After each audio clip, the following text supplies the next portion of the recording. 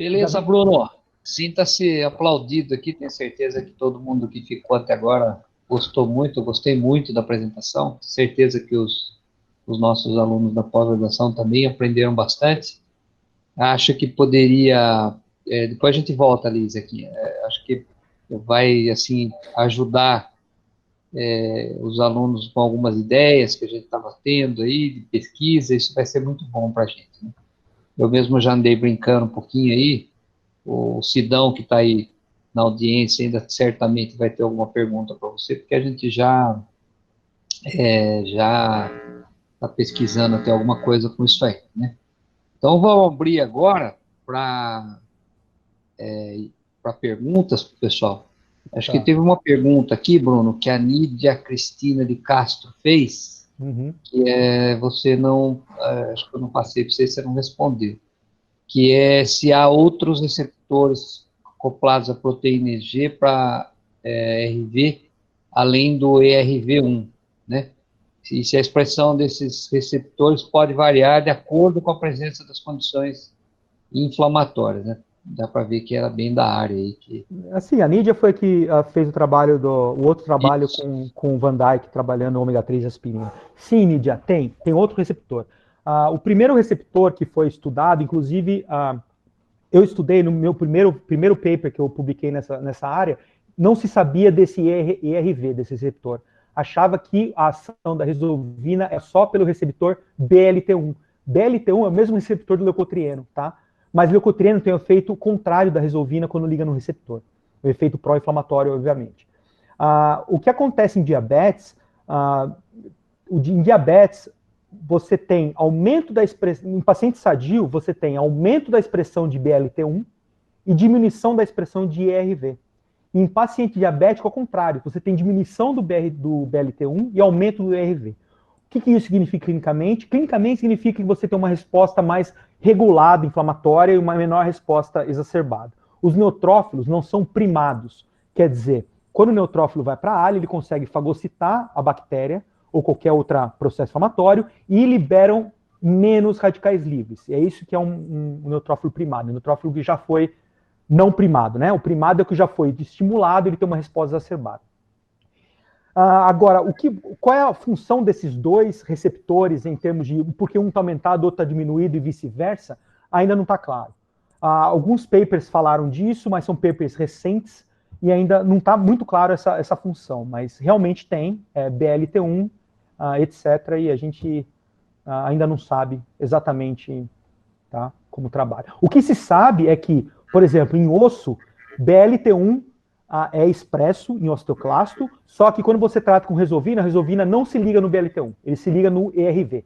O BLT1 em osso, ele é quase insignificante, tá? Bom, eu vi uma pergunta aqui, mais uma pergunta do Vini. Qual seria a sua recomendação de suplementação dietética? Bom, a recomendação, pelos estudos mostram, é 3 gramas de ômega 3. Geralmente, cada soft gel do ômega 3, ele vem... Deixa eu voltar aqui para eu ver vocês aqui. Vocês estão me vendo? Sim. Então, a recomendação geralmente são 3 gramas. Então, a gente consegue, você pegar 3 cápsulas soft gel de ômega 3, você vai estar suplementado de ômega 3. Fizemos recentemente, Bruno, saiu agora em fevereiro de 2020, publicado um trabalho que nós fizemos com ômega 3. Já vou ver sua pergunta, sim, Cristina. Um trabalho que a gente estudou o efeito do ômega 3 no tecido sinovial de ATM de ratos. E ratos que tinham artrite induzida, né? O resultado foi muito interessante, né? E curiosamente, o Sidão até falou isso durante a aula, num dos grupos que a gente fez, nós associamos também aspirina, e nós não tivemos um resultado melhor com a associação da aspirina, né? Não foi publicado esse da aspirina, né?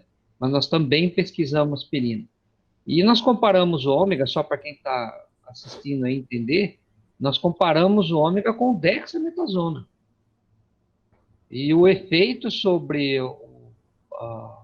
a articulação aí, sobre o dano da articulação, foi muito bom, compensou a utilização do ômega, equivalente até o da, isso é claro, no modelo animal, né? Mas equivalente até o da dexametasona, foi muito interessante. A Uhum. Cristina está falando aqui, ó, ela está fazendo uma pergunta para você aí, Bruno. Uhum. O aumento do ômega 3 não intensifica os efeitos vasculares, como no uso da aspirina, em termos de coagulação, não? De coagulação não, né? De bloqueio de plaqueta? Ah, tá. Resposta simples e direta. Não. Eu sei que. Eu não sei por quê, eu não sei por quê. Aqui nos Estados Unidos se fala muito, ó, toma ômega 3, vai sangrar mais em cirurgias, coisas. A American Heart Association lançou um paper, acho que ano passado, desmistificando isso, dizendo não há indícios de que ômega 3 aumenta, diminui a atividade de agregação plaquetária. Não há nenhuma evidência. Então, geralmente, o que acontece é que quem toma ômega 3, geralmente, toma outros produtos de plantas, e geralmente tem várias, aí uma lista, né? Inclusive alho, tem uma lista aí que parece que aumenta o sangramento, diminui a agregação plaquetária, mas ômega 3 não há nenhum estudo mostrando esse efeito. Tá? Então, não aumenta o efeito da aspirina. Então, se você tiver doença cardiovascular e para não ter trombose e usa aspirina, não adianta trocar para ômega 3. Pode adicionar ômega 3 com toda a segurança. Que bom, né? O Klinger está perguntando aí também, que você falou bem do efeito pró-resolução da inflamação, mas ele quer saber sobre a questão do controle de dor, né? Se também tem alguma coisa nesse aspecto aí, com relação à Resolvina. A Resolvina não tem nenhum controle sobre dor endógeno, tá? Quer dizer, não tem indício de que a Resolvina tem um controle de dor, né? A falta da prova do fato não quer dizer que o fato não exista, né? Então, a gente não tem nenhum estudo mostrando, a princípio, que eu conheço, eu não sei, talvez possa ter, eu não estou conhecendo, de efeito de dor. Obviamente, você pode diminuir a dor como efeito colateral da redução da inflamação, né? Mas em relação a efeito direto em receptores de, por exemplo, ciclooxigenase 3, ou receptor canabinoide, ou, sei lá, outros receptores para dor, não tem nenhuma interação. Inclusive, não tem evidências fortes também que o ômega 3 mata a bactéria, viu? Para quem pensa, doença periodontal, ômega 3, não, ômega 3 não tem. Ele tem um estudo só, feito também pelo Van Dijk com o Ricardo Teles ano passado, ano retrasado, mostrando que animais que tomam ômega 3, a microbiota muda. Interessante. Muda assim, você induz doença periodontal, você vai para uma microbiota periodontopatogênica. Aí você trata com ômega 3, a microbiota muda, mas não volta como era antes. É uma outra, terceira microbiota. Então, quer dizer, o que isso quer dizer? Não se sabe, né? O que se sabe é que até agora também não há indício que ômega 3 mate bactéria. É uma pergunta aí que eu acho que os clínicos devem estar se pensando aí, e se não pensaram, né, que fique aí como sugestão até de pesquisa. Essa aula do Bruno acho que foi ótima, todo mundo concorda aí comigo, com um brainstorm até, né, para você ter ideias aí. A farmacologia é bacana por causa disso, né, Bruno? A gente tem sempre um fiozinho vai puxando o outro. A questão que você levantou muito bem da questão dos osteoclastos, das resolvinas, como é que esse mecanismo é. A pergunta é a seguinte, e para implante, né? Será que valeria a pena considerar? Você teria alguma, além da doença periodontal, no tratamento da doença periodontal, por ser uma doença reabsortiva de base, será que a gente teria alguma coisa também em termos de implantodontia, algum ganho com relação ao uso dessas substâncias? O que você acha disso? Você sabe que tem um pesquisador aqui que fala que a lesão de Furca classe 3 o tratamento é o tratamento, a resposta do tratamento é o mais previsível que você conhece em lesão de Furca. Porque você sabe que tudo que você fizer não vai funcionar. É. O periimplantite é uma doença extremamente complexa, extremamente difícil de tratar. você tem protocolos de tratamento de periimplantite que fisiologicamente não fazem sentido, mas tem boas respostas. Até agora não se tem nenhum estudo, pelo menos também publicado ou que conheço, com ômega 3 em implante. Mas eu acho que, enquanto a gente não entender o papel do ômega 3 em doença periodontal, é difícil partir para o implante. Por quê? Porque doença periodontal é uma doença extremamente conhecida, que a gente sabe o tratamento, a gente sabe o que esperar do tratamento e a gente tem mais de 200 anos de estudo, entendeu? Se a gente não consegue, nessa doença, estabelecer o protocolo de ômega 3, você quer partir para o implante? Vai, mas você vai estar tirando o escuro. Você pode Então, encontrar mas alguma... a minha ideia aí, na realidade, a pergunta não é nem no sentido do tratamento da inflamação que possa Uhum. aparecer a respeito disso, né? Da perimplantite em si, mas sim num possível, num provável, e daí seria estudo, teste aí, numa melhora, talvez acelerar um pouco essa osteointegração, alguma coisa assim. Não tem nem nada a respeito disso ainda na literatura. Não que eu conheça, não que eu saiba. Não que eu saiba. E outra coisa, por exemplo, todos meus pacientes com doença periodontal, paciente com implante, todos os meus pacientes, eu converso sobre ômega 3, porque a gente faz aqui um exame de alimentação aqui no paciente também. A anamnese do paciente aqui é bem completa, é obrigatório, e a gente fala de ômega 3. Eu recomendo para todos os meus pacientes. E assim, é uma coisa que você pode recomendar independente do procedimento.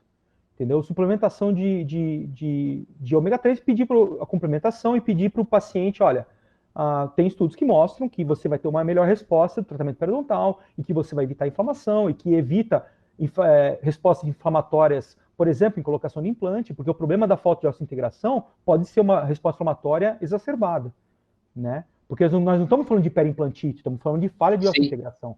sim. Então, é sempre importante conversar com o seu paciente em relação a isso, entendeu? Você sempre vai estar ajudando. Assim, coisas ruins não vão sair daí, entendeu? Mas, com certeza, já se sabe que coisas muito boas saem da suplementação de ômega 3. Eu tenho conversado em conversas informais com vários colegas aí, professores, né? Conversas informais sobre o uso desse tipo de substância.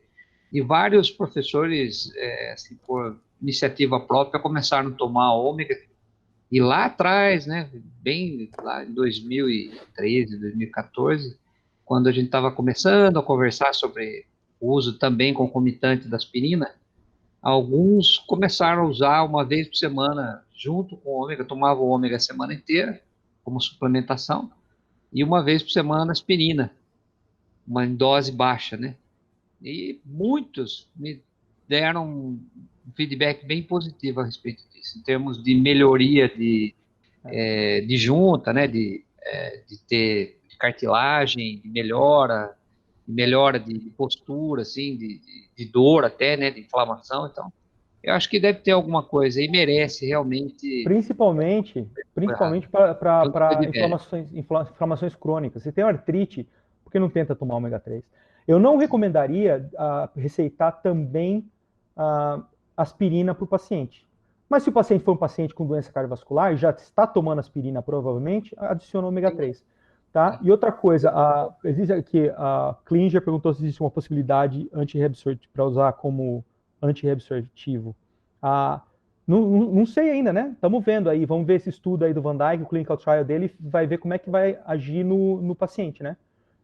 Estamos esperando aí, já tem bastante estudo fazendo diferentes protocolos, com ômega 3, aspirina, etc. Esperar começar a sair os estudos e começar a sair as drogas para ter isso aí, né? O que mais que eu pensei aqui? Há muito que analisar ainda, né? Mas que tem resultados, como você falou, bons, que vale a pena investir. Isso eu acho que é ponto passivo já, né? Nós já passamos dessa fase aí de duvidar do efeito desse tipo de substância que por muito tempo foi considerado como panaceia, né?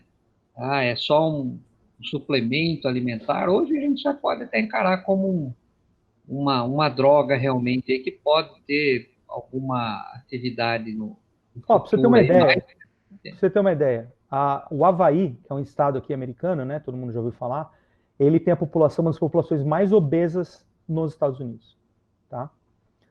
Porque os nativos do Havaí, por uma alteração genética lá, eles tendem a acumular mais gordura. O índice de doença cardiovascular no Havaí é baixíssimo, por causa do alto consumo de peixe. Mesma coisa no Japão. O nível de doença cardiovascular e morte por decorrência de doença cardiovascular é baixíssima no Japão. Por quê? Porque o alto consumo de ômega 3, alto consumo de peixe historicamente na vida da população japonesa. Quer dizer, tem populações grandes já mostrando que o efeito não é um efeito pequeno, né? Eu já vi um estudo a respeito disso, dos havaianos, né? Que você tirar o havaiano da condição social dele ali, de convívio, até de alimentação e tudo mais, e mudar, ele não dura muito tempo, né? É justamente por conta dessa proteção que o ômega confere. Eu acho que temos mais alguma questão aí, pessoal. O Bruno já está bem cansado, né, Bruno? 2 horas e meia quase falando aí. Com essa impressão de falar sozinho, realmente, né? A impressão de falar sozinho é estranho demais. Faço minhas suas palavras, porque eu dou aula também quase todo dia aqui e tem alunos na sala ali, mas às vezes eu falo, vocês estão aí ainda? Como é que estão? Ninguém reage, né? Você faz pergunta, ninguém responde muito, é complicado realmente, mas é o que temos por momento. Eu acho que foi extremamente produtivo. Eu vou pedir para quem está assistindo aí que precisar, quiser algum certificado, alguma coisa, que me escreva por e-mail, eu providencio, né? Se tiver mais dúvidas, inclusive, pode encaminhar para mim ou direto para o Bruno, a gente conversa aí. Gostaria aqui de agradecer ao Bruno imensamente. Foi fantástica a sua aula. Acho que para a nossa pós-graduação aqui foi realmente uma honra, foi muito bom, abriu a cabeça aí da moçada aí. A gente tem que sair um pouco fora da casinha realmente, né? Então acho que abre bem outras portas aí, que é o que a gente queria realmente, que foi extremamente sucesso, Bruno. Então, muito obrigado, né? Eu acho que a gente tem aqui só agradecer você. Eu vou parar aqui a gravação.